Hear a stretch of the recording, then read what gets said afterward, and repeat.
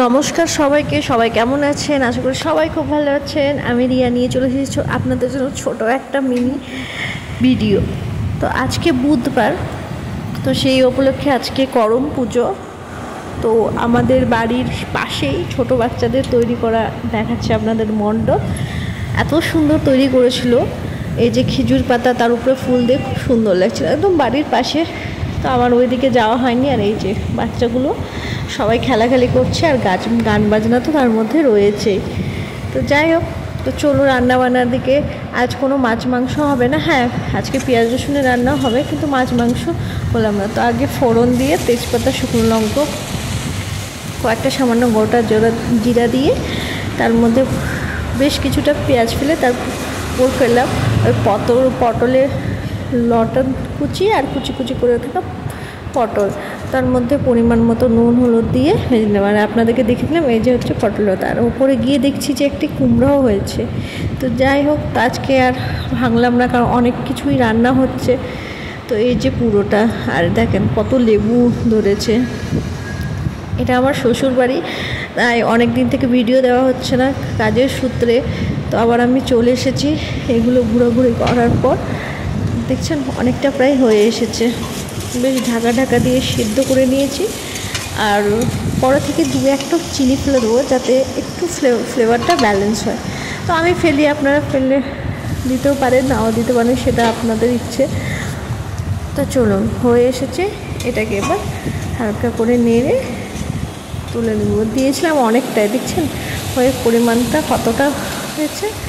তো আমার এখানে এটা কমপ্লিট।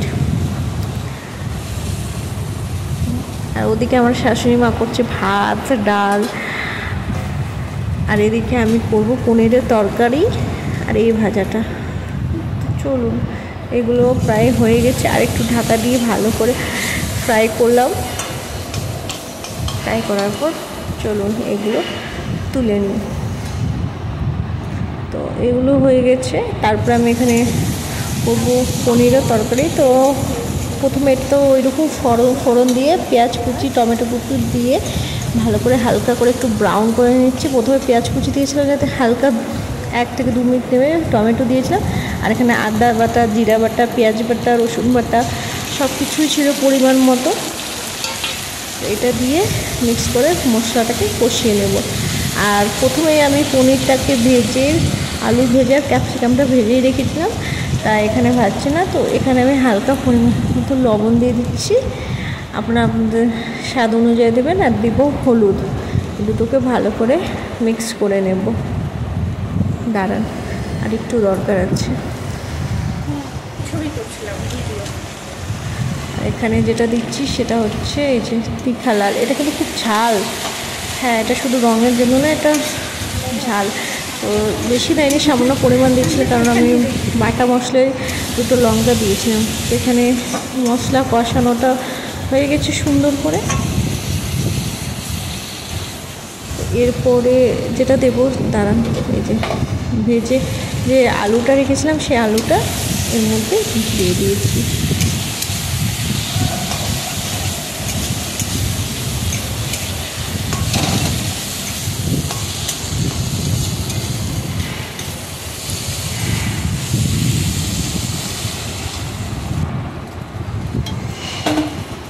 এবং এখানে আমি একটা প্যানে আপনার গরম জল বসিয়ে দিয়েছি, কারণ আমি তরকারিতে একটু গরম জল দেব।